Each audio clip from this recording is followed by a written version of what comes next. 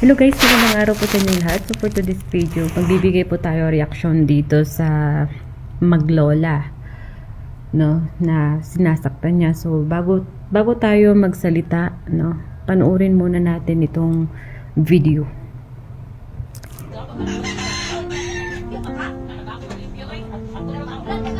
So kasalukuyan guys, si Lola ay natutulog.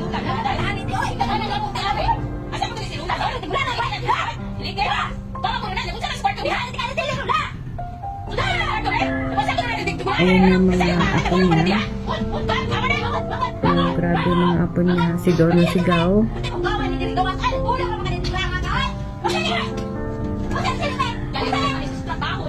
Sabi ng anak, apo, anak, maybe.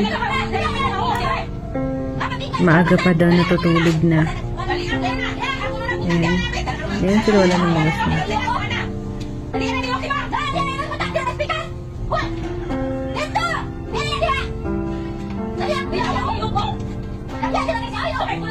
So kung sa mga hindi nakakaintindi ng Bisaya, na ang sinasabi ng apo, parang hindi naman nata ito apo eh, anak ata ito eh. Yan, balisang balisa na si Lola.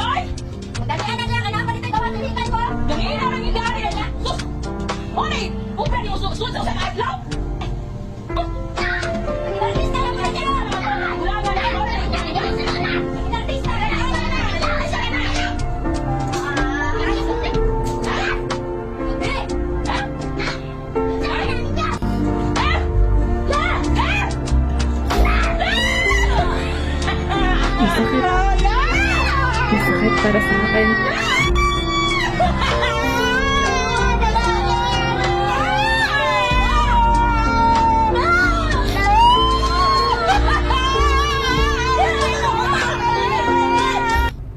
Alam nyo, kahit content yan, mag-content na lang po kayo ng kung ano-ano, wag lang po yung mga lola po natin. Kasi hindi nila alam kung ano yung mga pinagagawa po natin eh. At alam nyo, pasalamatan nyo na andyan yung mga lola nyo. Habang buhay pa sila, alagaan nyo, mahalin nyo. Hindi yung pinapakita nyo na wala siyang halaga. Lagi nyo isipin. Hindi kayo ngayon makikita, hindi nyo makikita yung mundo ngayon kung hindi dahil na pinanganak yung mga magulang nyo. Kaya grabe kayo. Makasigaw kayo sa mga lola nyo, grabe. Kala nyo walang puso. Oo, sabihin na natin kung content niyan. Shout out sa inyo ate. Grabe kayo. Makasigaw kayo sa lola nyo. Nagpapahinga yung tao. Pero nung ginawa nyo, nakamasakit din, durog yung puso na pasalamat nga kayo, nandyan pa yung mga lola nyo. Yung iba, wala na. Kaya kung may mga pagkakataon kayo, ipakita nyo kung gaano nyo kamahal yung mga lola nyo. Ako, sa totoo lang, laking pagsisisi ko dahil si Lola at si Lolo nagpalaki sa akin. Hindi ko man nabigay kay Lolo nung buhay pa siya. Na sana yung pagtatrabaho ko, yung sahod ko, sana nabigay ko sa kanila, pero hindi niya inabutan. Hindi niya nasasabi sa akin na proud siya sa akin. Kasi nag-aaral pa ako noon. Kinuha na po siya ni Lord. Kaya napakasakit sa akin. Minsan nasasabi ko, hindi ko man lang naibalik sa kanya yung paano siya nagiging sacrifice sa akin. Alam niyo, nung elementary ako, lagi akong honor. Lagi siyang nandoon sa stage. Minsan nasasabi niya sa akin, nak, pagod na akong umakyat. Pero kayo, hindi niyo nararamdaman yun. Kaya shout out sa mga tao dyan na sinasaktan ng lola na hindi binibigyan ng halaga ang lola nila, ang lolo nila. Sana maisip nyo yan. ikaw na nanonood, kung nandyan pa lola mo, kasama mo, kung nandyan pa lolo mo, pin mo. Dahil hindi mo na mayayakap kapag kinuha na ni Lord. Kaya pakita mo sa kanya, iparamdam mo kung gano'n siya kamahal. Kung gano'n niyo siya ka-importante sa buhay niyo. Kasi alam niyo bakit? Hindi tayo makikita sa mundong to kung hindi dahil sa kanila. Dahil pinanganak ng mga magulang natin.